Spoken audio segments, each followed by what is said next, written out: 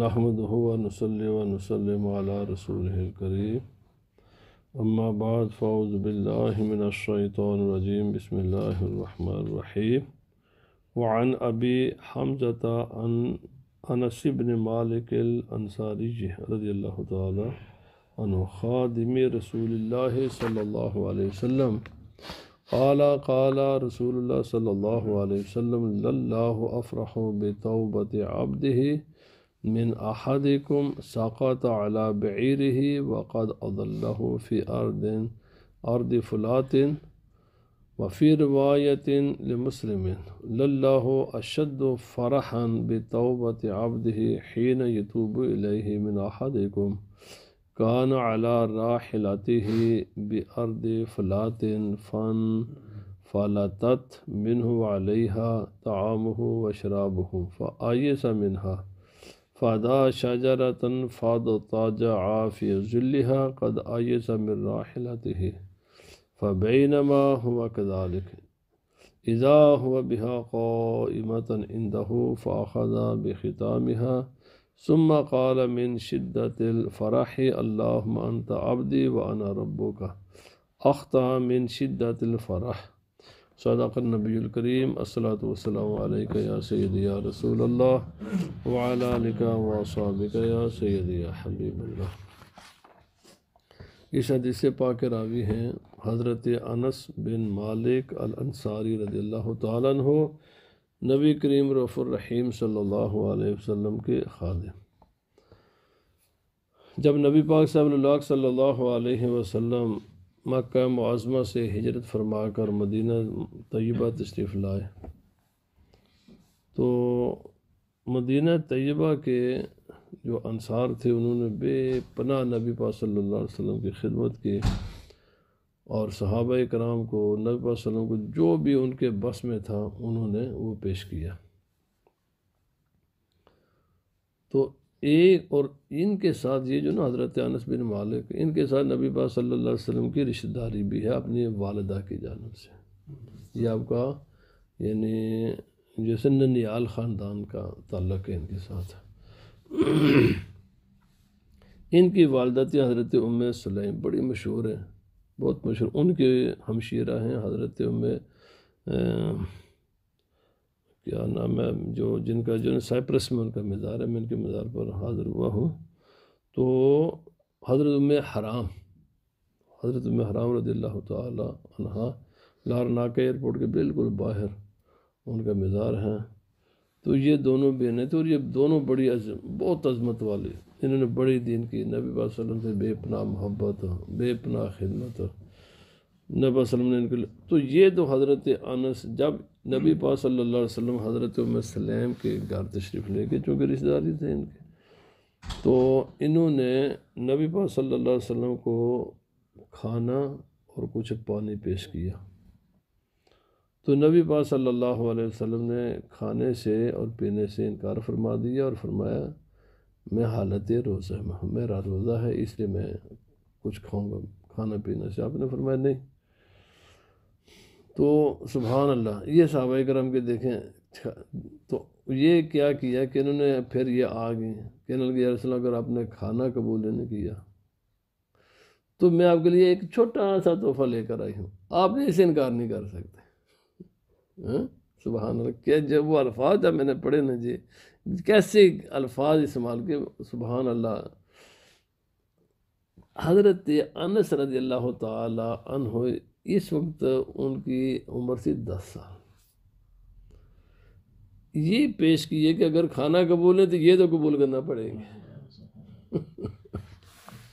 دیکھو نا جی، اور یہ بھی نہیں کہا میں کوئی بہت بڑا کام کر رہی ہوں، پھر میں چھوٹا سا میری طرف سے تحفہ ہے، اس کو قبول کر لو، میں اپنا لخت جگر دے رہی ہوں اور بس یہ آپ کی خدمت کرے گا۔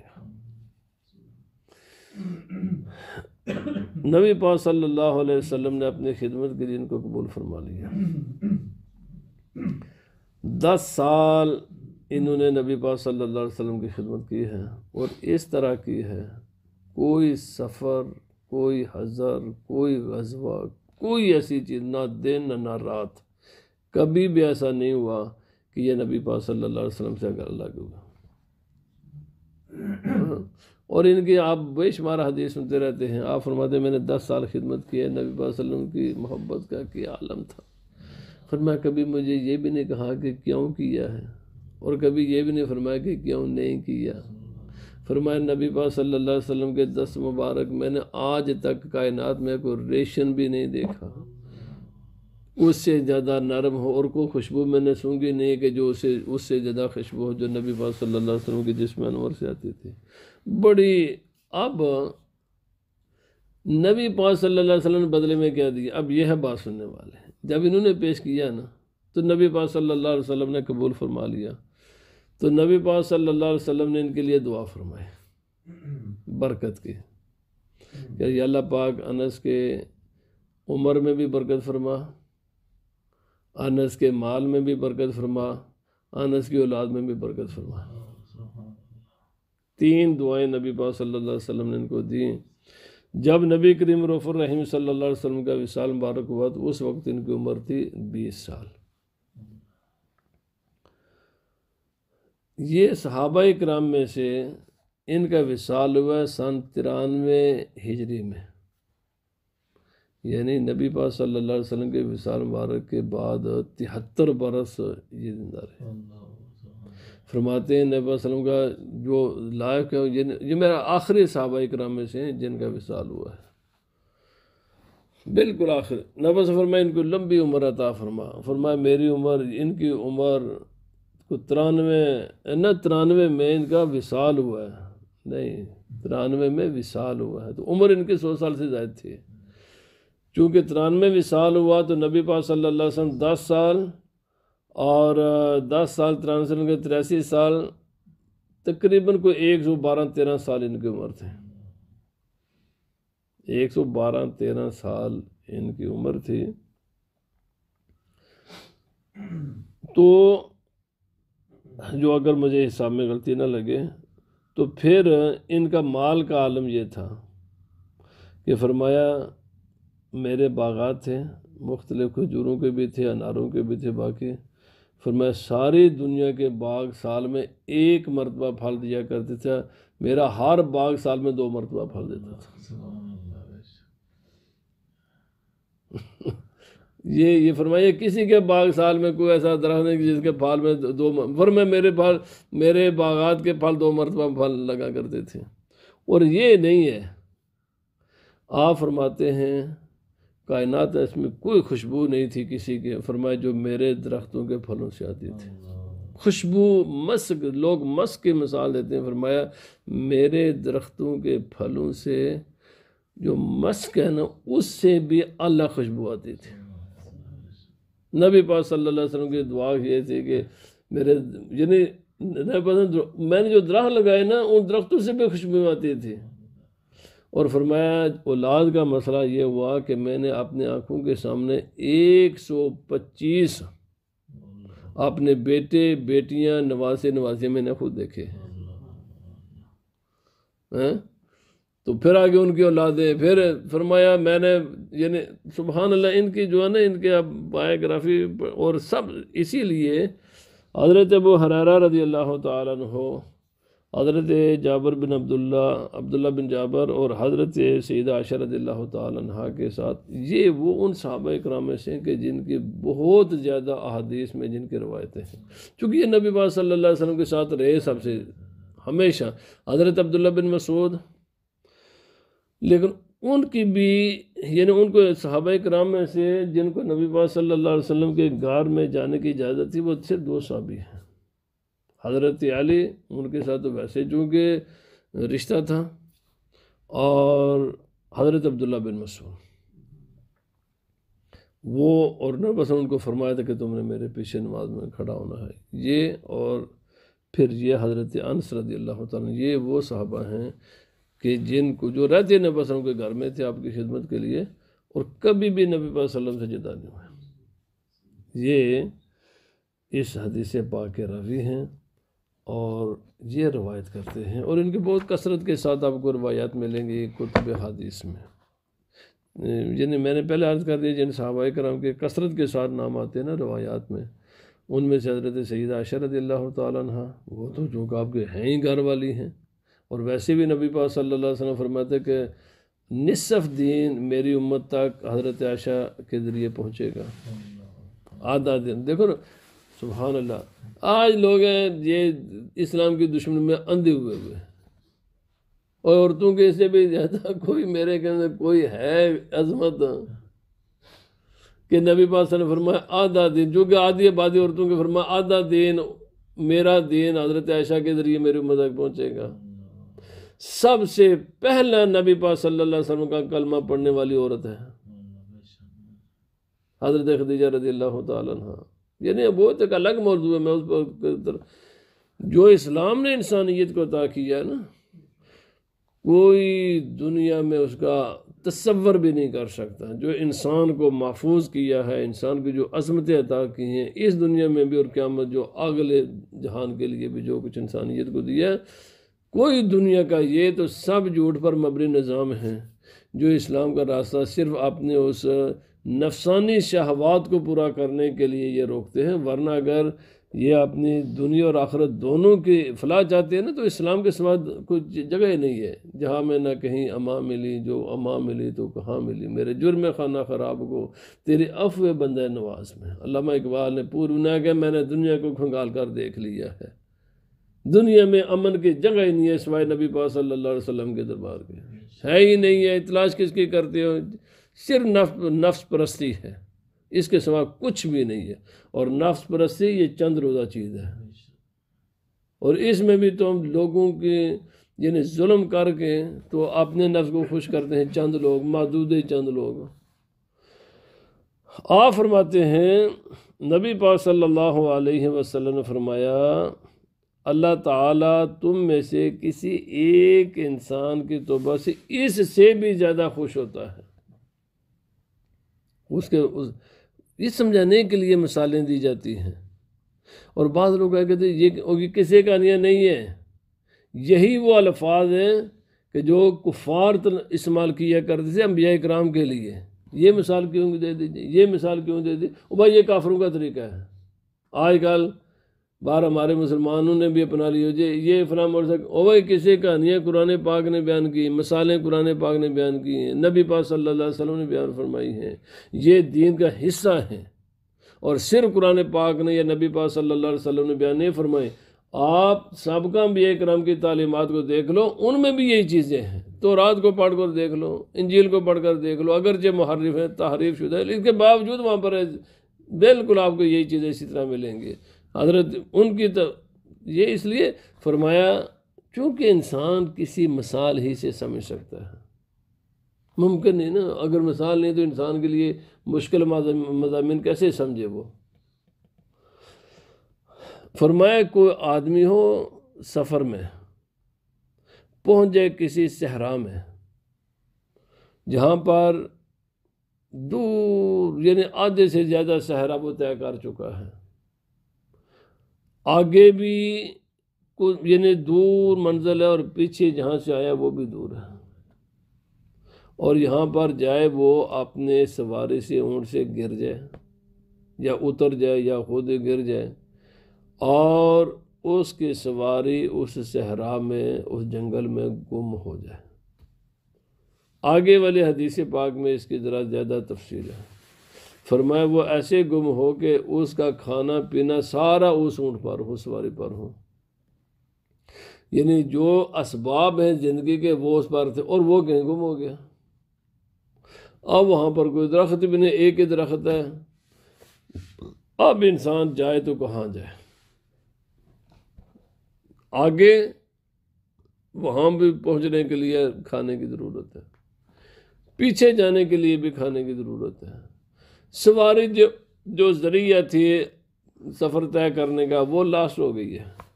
اچھا چند دن چلو زندہ رہ لیں گے، شاید ہم انتظار کر لیں، جو کھانے پینے کے اشیاء وہ بھی سواری کے ساتھ چلی گئی ہیں.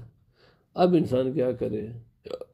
ایک درخت دیکھتا ہے، درخت کی نوز نے کہا مرنا تو ہے ہی ہے، بجائے یہاں دھوپ میں برو چل میں ادھر سائے میں جا کر بیٹھ جاتا ہوں اور انتظار کرتا ہوں موت کا. وہاں پر جا کر بیٹھ جائے، سو جائے کہ اچانک اس کی آنکھ کھلے اور کھانے پانی سمیت سواری اس کے پاس وہ اپنے پاس کھڑی دیکھے. جو انسان انتظار کر رہا تھا موت کا، اس کو سواری بھی مل جائے، اس کو کھانے پینے کی چیزیں بھی مل جائیں، سب کچھ مل جائے، اب اس کی خوشی کتنی ہوگی؟ فرمایا وہ اس کی خوشی کا یہ عالم ہو جائے کہ وہ یہ کہ اللہم انت عبدی وانا ربک، یا اللہ تو میرا بندہ ہے، میں تیرا رب ہوں۔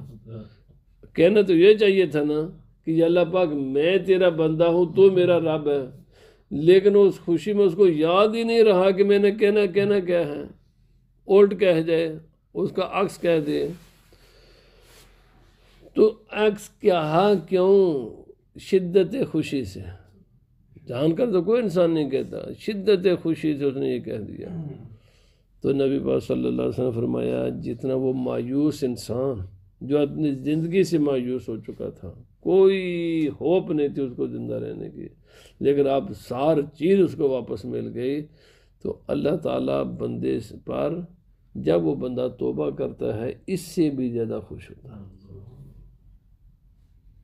اس سے بھی زیادہ خوش ہوتا ہے۔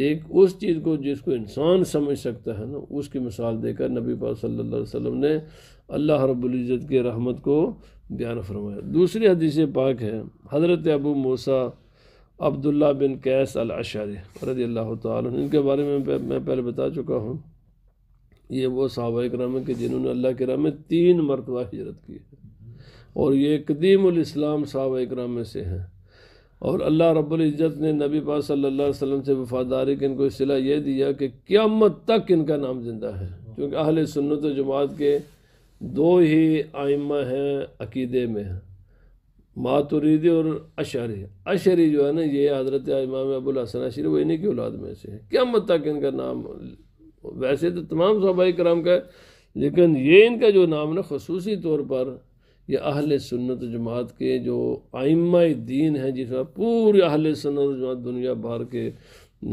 جن جو تشریح کی ہے علم کلام کی، اور جس کو فالو کرتے ہیں سارے اہل سنت و جماعت، جس طریقے میں فقہ کی تشریح کرنے والے ہیں امام شافعی، امام مالک، امام احمد بن حنبل، امام ابو حنیفہ رضی اللہ تعالیٰ عنہم، اسی طرح عقائد کی تشریحات کی ہیں ان 2 ائمہ نے، اور تمام کوئی سنی ہو ہی نہیں سکتا جب تک وہ ان دونوں میں سے، چونکہ دونوں کی تشریحات ایک جیسی ہیں، چند ایک فروعی معاملات میں وہ کچھ 11 ہیں ٹوٹل جس میں تھوڑا سا فرق ہے، اور یہی وہ ائمہ دین ہیں کہ جنہوں نے علم کلام کی عقائد اہل سنت کی تشریح کر کے مرتب کر کے اس امت کو دیا، اور آج پوری امت قیامت تک انہیں کو فالو کرے گی اور کرتی ہے۔ تو یہ ان میں سے ایک ہیں، جن 2 کو فالو کیا جاتا ہے ان میں سے یہ ایک ہیں، حضرت انہی کی فرد یعنی اولاد میں سے حضرت امام ابو الحسن اشعری رضی اللہ تعالیٰ عنہ۔ یہ نبی پاک صلی اللہ علیہ وسلم سے روایت کرتے ہیں، کہتے ہیں کہ اللہ تعالیٰ اپنا دست قدرت دراز فرماتا ہے رات کے وقت، تاکہ وہ لوگ جنہوں نے دن میں غلطیاں کی ہیں میں ان کی غلطیاں معاف کر دوں، اور صبح کے وقت دن کے وقت اللہ تعالیٰ اپنے دست قدرت دراز فرماتا ہے تاکہ جنہوں نے رات میں کوئی غلطی کی ہے میں ان کی معاف کر دوں، حتیٰ تطلع الشمس من مغربها، اور یہ سلسلہ جاری رہے گا جب تک کہ سورج مغرب سے طلوع نہ ہو، جب سورج طلوع ہوگا مغرب سے تو اس وقت یہ دروازہ بند کر دیا جائے گا۔ اس حدیث پاک کے 2 معنی مفہوم علماء نے بیان فرمائے ہیں، ایک یہ ہے کہ اللہ تعالیٰ بندے کی توبہ قبول فرماتا رہتا ہے، یعنی جب کسی کو چیز دینا ہو نا تو آدمی ہاتھ آگے کرتا ہے، ہاتھ کی مثال دے کر نبی پاک صلی اللہ علیہ وسلم نے بیان فرما دیا کہ اللہ تعالیٰ بندے کو اس کے اپنی رحمت اس پر نازل فرماتا ہے، یا اس کا معنی ہوتا ہے جب کوئی چیز لینی ہو نا تو اس کے لیے بھی ہاتھ ہی آگے کیا جاتا ہے۔ تو معنی یہ ہوا کہ جو بندہ اگر دن میں غلطی کی ہے تو اللہ رب العزت کی طرف ہاتھ بڑھا دے اور اللہ رب العزت سے معافی مانگ لے تو اللہ تعالیٰ بندے کی معافی کو قبول فرما لیتا ہے۔ یا تو دونوں معنی مفہوم تقریباً دونوں کا ایک ہی بنتا ہے، پر معافی ملتی اس کو ہے کہ جو معافی مانگے، جو توبہ کرے۔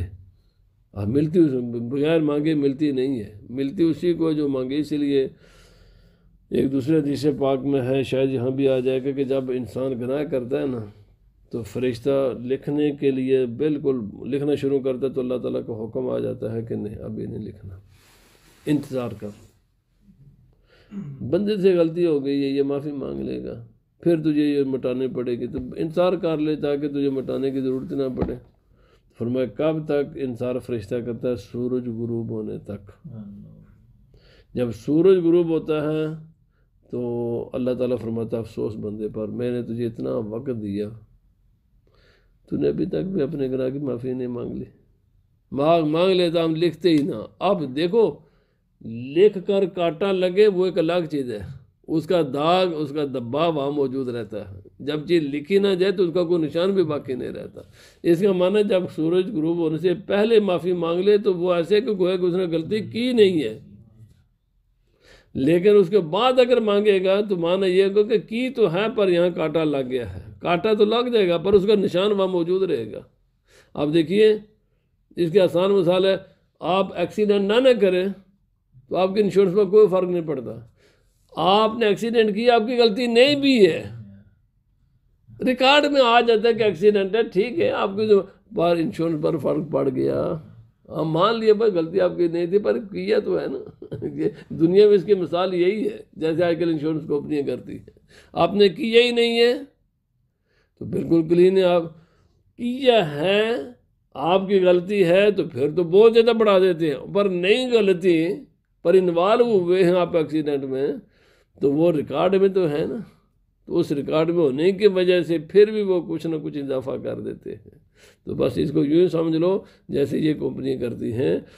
اسی طرح صبح اٹھ کر دعا کرے اللہ تعالیٰ ہم سب کو توفیق عطا فرمائے، سورج غروب ہونے سے پہلے 3 مرتبہ یا عصر کی نماز کے بعد بندے کو اللہ تعالیٰ سے معافی مانگ لینی چاہیے۔